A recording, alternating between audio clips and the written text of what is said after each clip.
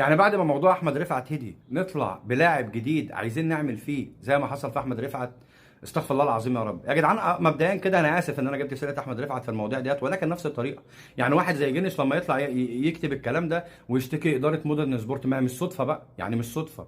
اللاعب الاولاني طلع اشتكى اداره مودرن سبورت وقالت اللي عملته فيه وربنا حقام الموت، وطلع قال الكلام ده وبعد كده مات عشان بس يكشف الحقيقه. النهارده يجي جنش يكتب نفس الكلام واتاثرت نفسيا واتاثرت، وعايزين يجبروه ان هو ياخد 35% بس من مستحقاته او 25% بس من مستحقاته ويتنازل عن 75% لصالح النادي. ليه يا عم؟ ليه؟ هو مش اشتغل بيهم؟ هو مش دي فلوسه؟ هو مش ده حقه؟ ما تديله فلوسه يا عم. ليه بتظلم اللعيبه؟ المشكله كمان ان هو كاتب ان في كذا لاعب بيمر بنفس الازمه وبنفس المشكله بس ما حدش قادر يطلع يتكلم. طب ليه يا عم؟ ليه ايه اللي انتوا بتعملوه ده؟ لصالح مين اصلا؟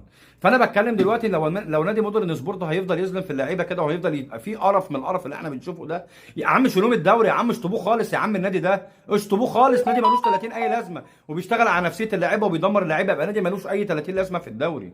يعني اقول لك على حاجه، المشكله لما بتكون بين اللاعب والزمالك بتبقى المشكله واضحه وصريحه. يعني المشكله واضحه وصريحه وفي فلوس، اشتكي للفيفا ومش وهديك فلوسك في الاخر، فما فيش اضرار نفسيه. الاضرار النفسيه بس ان الفلوس اتاخرت عليه.